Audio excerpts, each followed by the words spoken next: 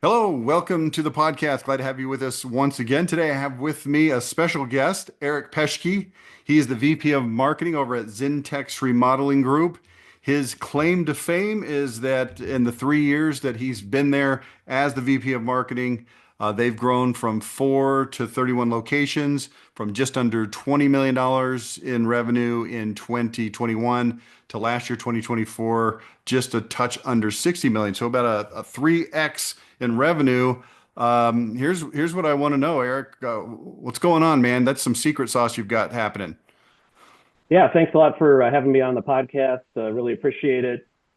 First and foremost, I mean, I think everybody in this business knows that it's a team effort. We've got a lot of great leaders in our organization, starting from our owner Nick Zindell. I got very lucky where our VP of sales, he's got a team of just absolute flat out closers that always makes marketing look better, and sometimes saving our butt when lead flow or lead quality might be down a little bit.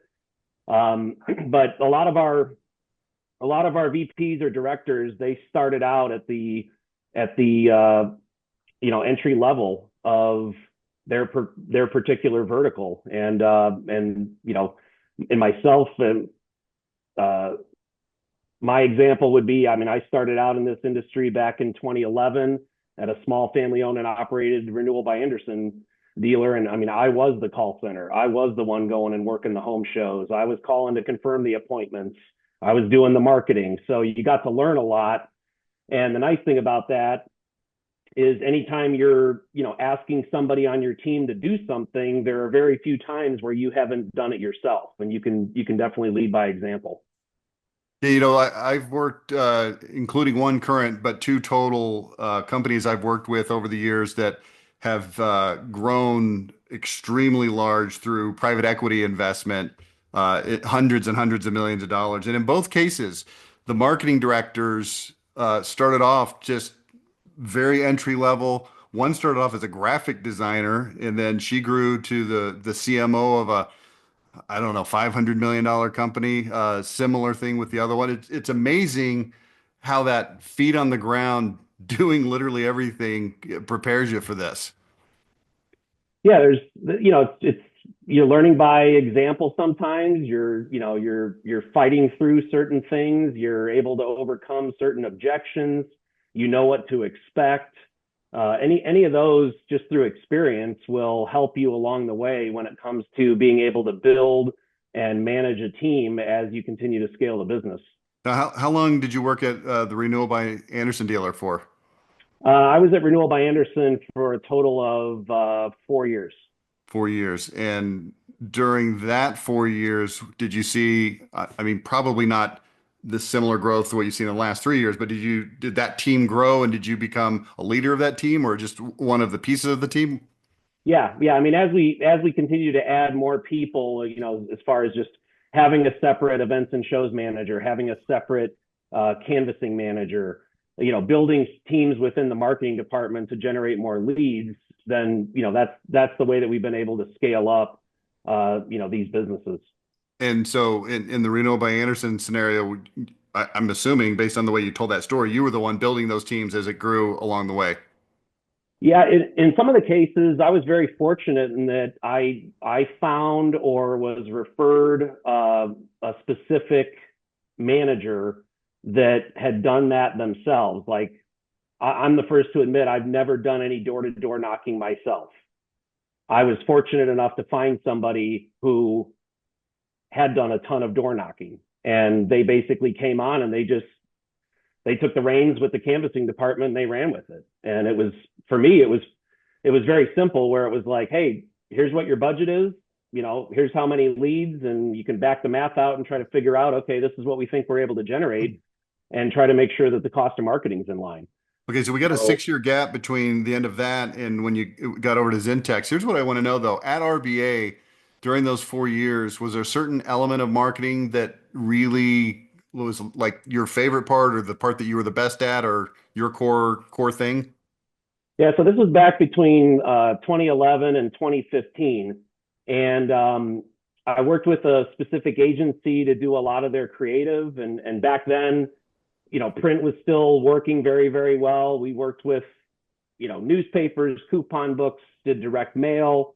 So putting a lot of those campaigns together was very enjoyable. Events and shows were huge. We did a ton of those. Canvassing was really big. We put together TV campaigns where we would run, and then working with Renewal by Andersen Corporate, because they have a number of different lead gen programs that affiliates can take advantage of. And it was basically just managing all that within the specific budget and sales goals that we were given for that month. No, but here's my question. Was there any particular part of the marketing that really resonated with you that you really liked the best? I don't know if it's something that's specific to marketing. I'm somebody that I think I'm really good at being able to project. Like if I'm given a budget, I can go through based on historic information and look at historical performances by sources and be able to say like, well, this is something that we want to step on the gas. This is something that we might want to just leave it alone. This is something that we want to potentially slow down or turn off, and try to be able to think ahead 2 to 3 months to where like I've already got my May budget kind of set up to where it doesn't require me to do a lot of have a lot of phone calls, with specific vendors or change anything. Like I can pivot and move very, very quickly because of trying to work those couple months ahead. And I think to me that's like the video game. It's So like, you're like okay, twisting that Rubik's cube and you're just trying to find what looks like the right colors at that time. yeah, I mean, like something goes hot where it's like, oh man, this in this particular market or this particular source, they're just killing it. How can I get more of those leads? If I do that though, I have to either increase the budget or I have to take that money away from someplace else. And being able to not just set a budget in stone at the beginning of the month and never touch it, being able to have that be fluid throughout the month based on performance is the way that we've been able to try to scale up and keep our cost of marketing in line as well. So what was happening between 2015 and 2021 then? So I worked at BCI Acrylic for 5.5 years. Okay, so you jumped over into baths. Yeah, that was where I jumped over into the bathroom space. And that's a manufacturer, correct? Yeah, correct. They're located in Libertyville, Illinois, in the northwest suburbs of Chicago. Yeah, I'm familiar. I did something with those guys, man, probably 15 years ago, and they took me to a Cubs game and we sat in those seats over there across the road. Yeah, yeah, That's the crazy. rooftop. Yeah. Yeah, Okay, yeah. so Wrigley's a place where it's kind of like Lambeau Field. It's kind of like Fenway, old Yankee Stadium. It's like you got to go. You got to go to one game there. yeah, I could care less about the Cubs, but that was a memorable experience. So what were you doing there? Working with the dealers? Yeah, so I mean, at BCI, I was, I reported to, Scott Rosenbach, Mark Zockel, was involved in a lot of the marketing that we were doing at the corporate level, was involved with the dealers. So I would be kind of like a free consultant to the dealers where they would reach out and say, hey, what do you think I should do? I'd go through and read marketing reports and try to make suggestions, based on that. And then I was part of the team that put together their corporate call center and national lead gen program to be able to generate more leads for all their dealers. About how many dealers at that time were they working with? Uh, I mean, as far as number of dealers total, it was probably 1,000. I mean, the number on the program of the national lead gen, we were specific in the dealers that we would bring on board to be able to handle the leads. Okay, so a large number of dealers anyway. Yes, yes.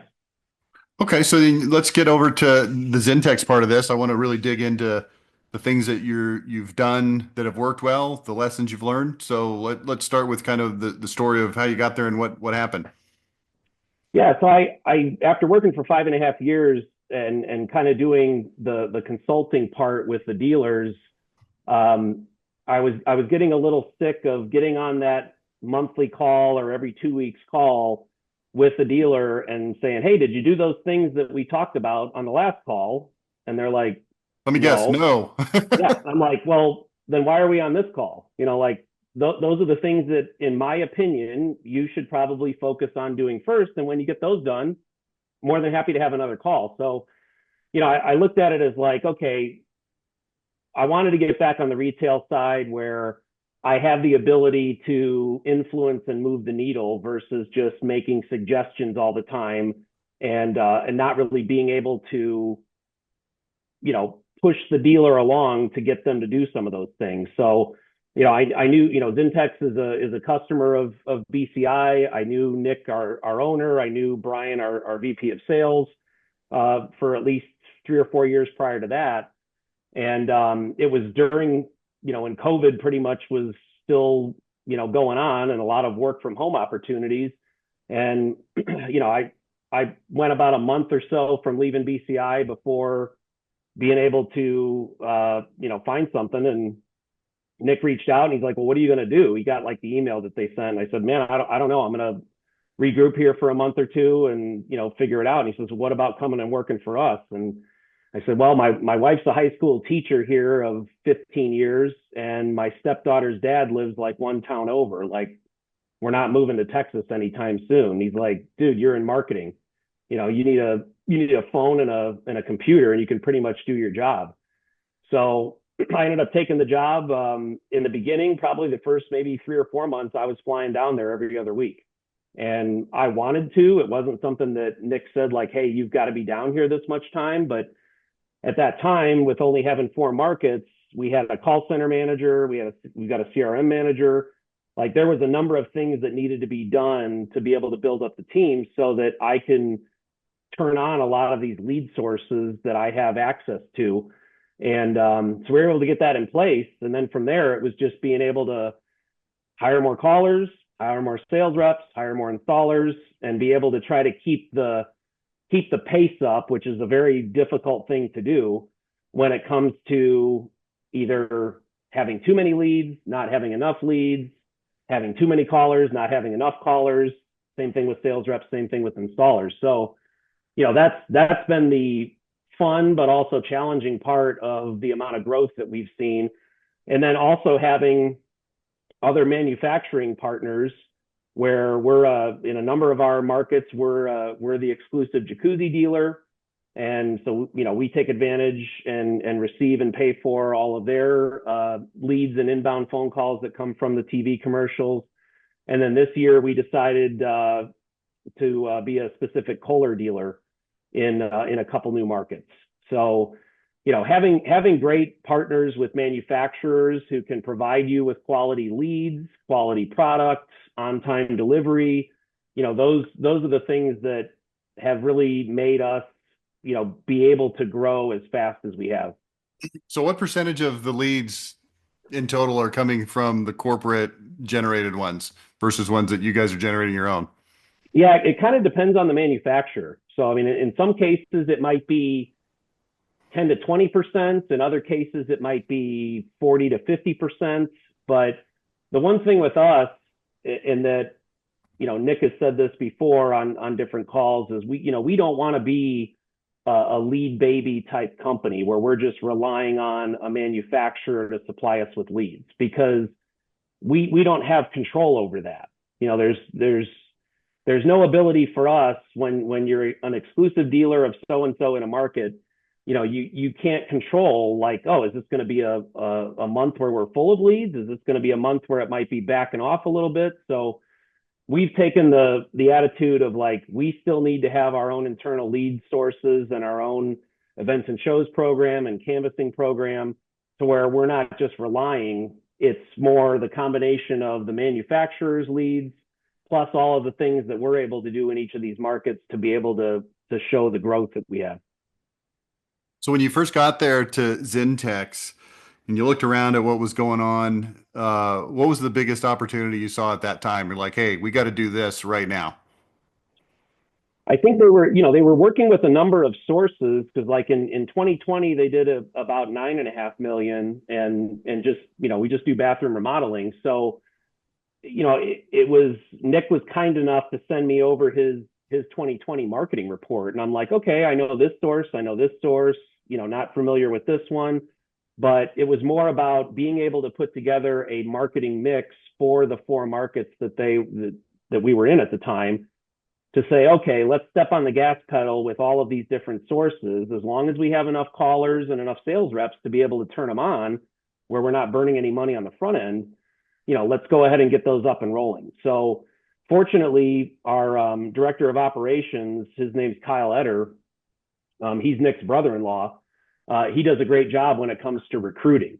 So being able to get the funnel full of candidates for every department, to be able to add more callers, add more sales reps, add more installers, that gives me the ability to go out and spend more money month after month after month, to be able to just continue to expand. Now, have you guys, as you've grown from 4 to 31 locations, have you centralized for instance, the call center? It's always been in the same location outside of DFW. Okay, okay. And other functions of the business, I assume HR type things are also centralized there?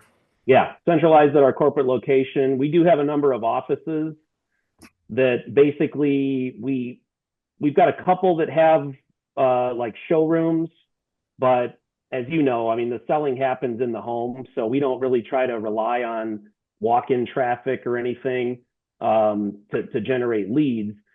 But we do have office locations that are also set up for receiving product and being able to store it there until it's time to go out and do the installations. Yeah. So we try to be strategic, where if we cover two markets that might be close to each other, we maybe only need one office to be able to service both of those markets. Yep, that And makes sense. yeah, and that way we're not spending a bunch of money on overhead that you might not need. Now, in a couple cases, there's been markets that have taken off a little faster than we anticipated, and then it became a priority of like, hey, we need to get a space here because shipping it from here to here doesn't make sense. And based on how much we're selling in that market, it's worth the investment of having the office. So now, earlier you said you get what I would consider a good percentage of leads coming from the manufacturers, 10 to 20, in some cases 40 to 50 in others. What are the top, say, three lead sources for you that are your own lead generation? Yeah, so we're very, very digital. We're very digital heavy. If you were to ask me and say, hey, what is a weakness or an opportunity within Zintex, that's what I would say, is that there's a number of sources that we have. The best ones are branded as Zintex. I don't typically buy a lot of digital leads from aggregators, and I've been able to work and develop those relationships with those specific lead gen partners, to where we've been able to scale up the amount of leads that they've been able to generate for us. And in some cases, it's because we'll hire a videographer, or they'll send a videographer down to go and get more before and after pictures, before and after videos of an installation that will help them schedule and be able to provide them more content. Everybody's got a smartphone. I mean, everybody's on it constantly. We do go and do events and shows in our markets. Like I mentioned, we're doing canvassing, but a lot of our growth has come from just form fill branded digital sources. Like what? Facebook paid advertising? Like what specifically? Yeah, I specifically on the podcast, I've been told that from my owner not to necessarily share the names of some of these sources. So respectfully, I'm not necessarily just gonna give away the sources that we've worked hard to cultivate. But I will say that there's a number of other bathroom remodeling companies across the country that are big enough that are basically using these same sources. And we're Yeah. just fortunate enough that they had openings in the markets that we were either in or we were going to, and we've been able to just expand with them. Yeah. Okay. And obviously, I respect your, proprietary information, but just to get a little bit more clarity. So you're talking about using third-party lead generation, digital lead generations, as opposed to you guys taking that on in-house in, running your own ads, so to speak. Correct. Yeah, and the other thing is that we've actually gotten to a point now where we've kind of become a little bit tapped out with how many leads they can give us based on our number of markets each month. So now we're kind of going back in and looking and saying, okay, how are we able to generate our own leads internally through certain digital opportunities where we're not relying on somebody else? Meaning if we've been tapped out where it's like, hey, this is how many leads we think we can send you in a month and we need more, what can what can we do internally by hiring and finding the right people to be able to have that, that dial where we can turn it down, turn it up, depending on, where we're at each month. So what about you guys do much in the way of SEO, organic, Google business profile? Yep. Yeah. So we work with a website management company that I've known since my days at BCI, and they're the ones that handle all of our monthly SEO spend, our pay per click spend, and they've been really successful at it. So there's definitely been some times where I've had phone calls because I'll schedule a call with just about anybody that reaches out to me, whether it's via LinkedIn or a referral or whatever, to find out what I don't know. And I think that's another thing that, from talking to other companies, and they say, hey, I'm struggling to get enough leads. Usually I'm asking, like, well, how many calls a week are you having with potentially new lead sources? And they're like, well, I got this referral or I got that one. And I'm like, I'm usually on 4 or 5 calls a week with somebody new, whether they've just hit me up on LinkedIn and said, hey, can we schedule a call? And it's like, yeah, sure, I'll give you 15 minutes. Let's jump on a call. I don't know what I don't know. And so a lot of times I'll be I'll have sources lined up and ready to test, and I try to only test during the peak seasons to where I can commit to a 60 or a 90-day test in the spring and the fall, and usually I've got them kind of lined up, ready to go. Where it's just like, okay, this is what we're going to do. They're ready to go. All I got to do is press the button, and the leads start coming in, and then we Yeah, evaluate after a certain amount of time. very nice. Talk to me about your canvassing program. You made that sound like it's not something that you're huge into, but maybe is growing. I don't know. Yeah, so we're looking. I mean, we're doing canvassing in specific markets right now, and we've got somebody in the position of managing that I think is a rock star. And it's really just a matter of, okay, we got to get this up and going. It's not something that is going to just start up and take off, and there's a lot of massaging that has to go on. There's a lot of communication that has to go on between the canvassing department as well as the call center to make sure everybody's on the same page and be able to make it as efficient as possible to make it a great customer experience. So meaning, canvasser knocks on the door. These are folks that are out walking around all day long. They're not sitting in a call center seat and talking on the phone. How can we make that customer experience and the canvasser's experience as easy as possible to try to get more appointments set? And that's really kind of what we're focused on right now. And once we get that dialed in, then we're going to look at, okay, what are the next markets that we need to develop and find a canvassing manager and put them in those markets to continue to be able to control our own destiny when it comes to the amount of leads that we need. Out of those 31 markets, how many are canvassing right now? We've got them in 3 markets right now. Okay, So so it's something that's relatively new. relatively new. Yeah, I mean, we basically started and with being a bathroom remodeler only, I've talked to a couple people where they're like, wait, you don't have an exterior product and you're doing canvassing? And I said, well, yeah, I know a lot of times companies that have exterior products, they start with windows, roofing, siding, and then bathrooms might be the drop at the door if they Yeah. say no to those exterior products because you can't see what's going on in the bathroom.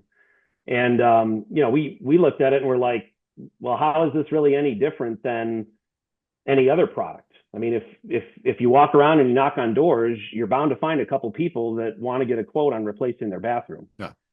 So we started doing it back in the late summer, and it's continuing to grow the team, and we've had some really solid sales months, and it's just a matter of being able to dial in the metrics so that we know we can just continue to scale it in other markets. Yeah, I'm going to hit you with a scenario here. Let's say Okay. you're at top 500 live, and they say, "Hey, Eric, you guys have been successful. Want you to come up on stage. I'm going to give you 5 minutes. We want you to address the crowd, give us your best shot, understanding that you can't ask individual people individual questions. So for the whole group, um, what would you teach them? You got 5 minutes to teach a group of successful remodeling companies about marketing. What do you want them to know? So I actually did this at LeadsCon this past March. They gave me an hour long power hour and talked about a couple different things, obviously with being an hour. But if I had 5 minutes, I think the biggest thing that a lot of companies don't realize is how many marketing dollars are wasted on very low percentage opportunities to generate a sale. And what I mean by that is that I've gone through, and I did this at LeadsCon, where I walked them through, here is how to run a net revenue by zip code report. And when you get that report, you should be able to also see and generate a column for all of your finance declines by zip code. So there's a number of companies out there that just continue to buy leads across the board, across their markets. They're tied to their zip code lists. And if you don't look at it, and especially when finance declines are high right now, if you're not looking at it and saying, why am I continuing to buy leads in this particular zip code where we generate nothing but finance declines, or maybe one sale?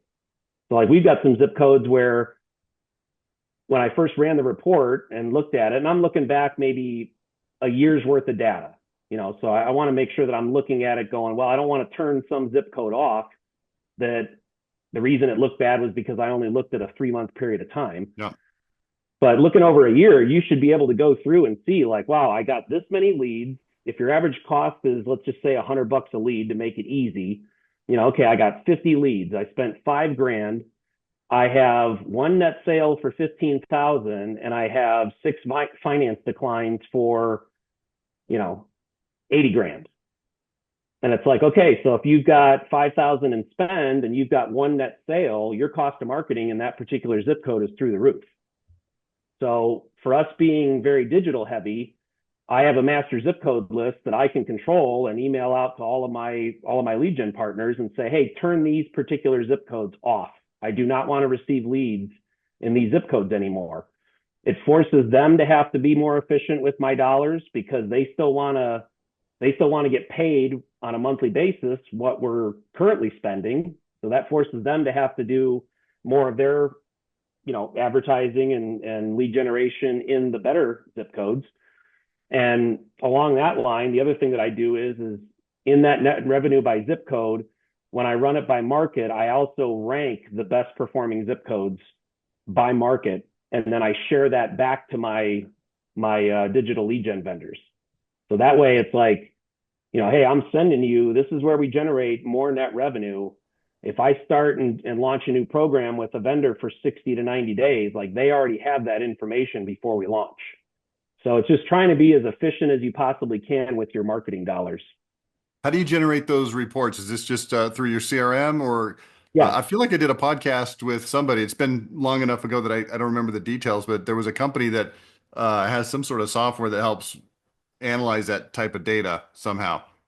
yeah. I mean, through your CRM, I mean, most of the time, if you reach out to, your contact at your CRM, they can build you this type of a report. But basically just having, here's how many leads came in, gross sales, finance declines. If you want to include rescissions, you can, because sometimes the rescissions might be because they qualified for financing, but it was a 17.99 interest rate. And the reason that they rescinded was because the the cost of a $15,000 bathroom was going to be 40 grand over the course of the loan. So yeah, being able to include rescissions and then being able to show net revenue and being able to look and say, okay, I spent $5,000 in this one zip code, 50 leads at $100 a lead, and I ended up only having one net sale for 15 grand. My cost of marketing that zip code is 33%. Why do I want to continue to spend money in that zip code? What CRM do you guys use? We're on a specific CRM where we're actually in the middle of switching over to Salesforce right now. Oh, okay. So more of a custom solution then, probably. Yeah, I mean we've basically just outgrown as far as the number of markets that we have. We've outgrown our current CRM to where we're making that switch. Talk to me about other digital marketing tools that you guys may be using that you would recommend to others. So I think that there's a couple different things that we're using that I think could be really beneficial for deal companies of any size. I mean, speed to lead obviously is very, very important. We use active prospects, so every one of our form fill leads that comes in, we know it's being deduped. We know that we've got a trusted form. We know it's legit to be able to call. The specific dialer that we use is something that our call center manager actually found. I mean, she's responsible for making sure that whatever dialer we're going to use, she feels very, very comfortable with it. Speed to lead is, the name of the game. We want to be able to get that lead in, get it called, but then also have a specific cadence where a text message is being sent. A certain amount of time goes by, an email is being sent, another call is being made, and everything obviously within the law, to where we're reaching out to that customer as much as we possibly can. We do some retargeting campaigns from leads that we just haven't been able to reach on the phone. We've got some specific companies that we're able to retarget on their devices. So that's been kind of cool to see that be able to scale to where within a 30-day period we can send them the lead information and they are able to basically show up with our display ads on the customer's phone, regardless of what app or Yeah. browser they're using. So that's kept us in front of those customers. But a lot of times, I think companies they they think that, well, I need all this stuff, and they forget about training their inside sales agents or call center agents. And I think that you got to remember, it's like whether it's the canvasser or the person working the home show or your call center agent, they are the first person that is coming into contact with a potential customer. Are they having a great experience? If I would challenge owners or VP of marketing managers, or obviously definitely a call center manager, to be listening to recorded phone calls. And I know that there's plenty of technology out there where it'll listen to it for you. We use that technology, but if certain owners went through and listened to a couple of recorded phone calls, they would probably stop pointing the finger at the lead gen source from sending them a garbage lead, and they would start pointing the finger at who's responsible for training and making sure that every agent on the phone is doing what they're supposed to be doing. Spoken like a true marketing guy. Yeah, I mean, the way that I look at it, and I use this example anytime that I get up and speak at a conference or whatever. But I think understanding your role in a company is very, very important. Yes, everything starts with a lead. However, we look at it as the sales reps that are out in their car all day long, that are driving all over the place, that are working on 100% commission. They are the leading scorers on the basketball team, because if they don't close and generate revenue for the company, the rest of us don't have jobs. Can we, as the marketing department, whether it's call center, events and shows, canvassing, can we be the leading assist getter on the basketball team?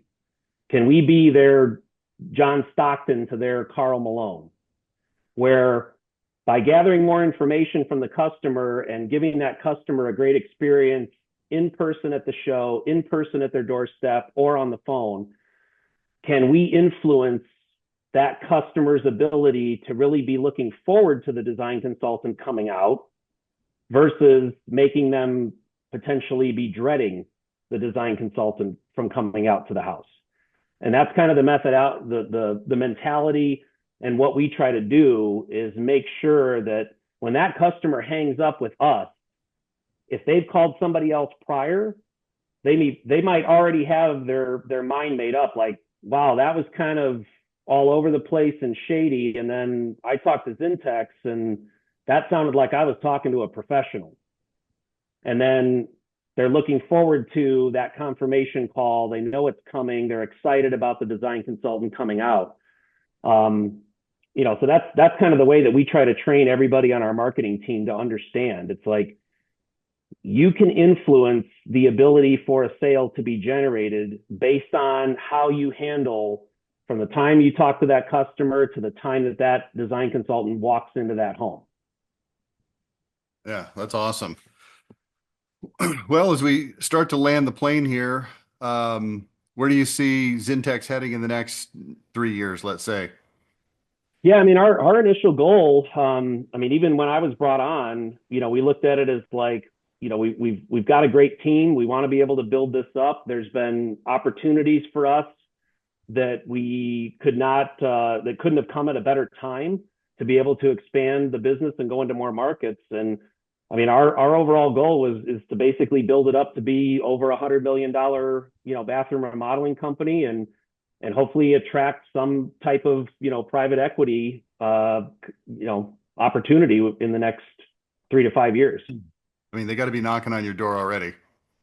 I mean, that's what I've heard, but I've never been involved in any of those conversations. So Here, let me just clarify. They're already knocking on the door. They're looking at, yeah. 59, $60 million in revenue. And when you get to 100, the multiples just go up. So, well, congratulations on a successful run so far. And look forward to seeing you at conferences and hearing what you have to say in the future. If people want to reach out to you and pick your brain or ask you a question, what's the best way for them to do that? Email? Yeah, either email or the other way is just to message me or reach out through LinkedIn. I'm pretty active. I mean, I've been able to find a lot of lead sources to be able to test just through different posts that I put up on LinkedIn, and a lot of times just thanking our lead gen partners. I mean, it's I kind of find it funny sometimes where companies will be complaining about the leads, all the time. And it's like, well, you really are forgetting who's buttering your roll. Like you can point your finger at them all the time and complain and complain and complain. But if if nothing changes inside your operation, whether your call center can't convert the leads or whether your closing percentage isn't in line, like you got to fix those things first before you can point your finger at the leads. And so that's been beneficial, and just networking in general. I mean, going to some of these conferences and knowing a lot of these people, and there's obviously too many people to be able to name on this podcast, that have been able to help me out specifically, and for that I thank them. And whenever they need something, it's like, hey, reach out, and I'm more than happy to try to help out. Awesome. Okay, well, reach out to Eric on LinkedIn if you'd like to connect with him. And yeah, I'll look forward to talking to you next time. Thank you. All right, thanks a lot for having me on.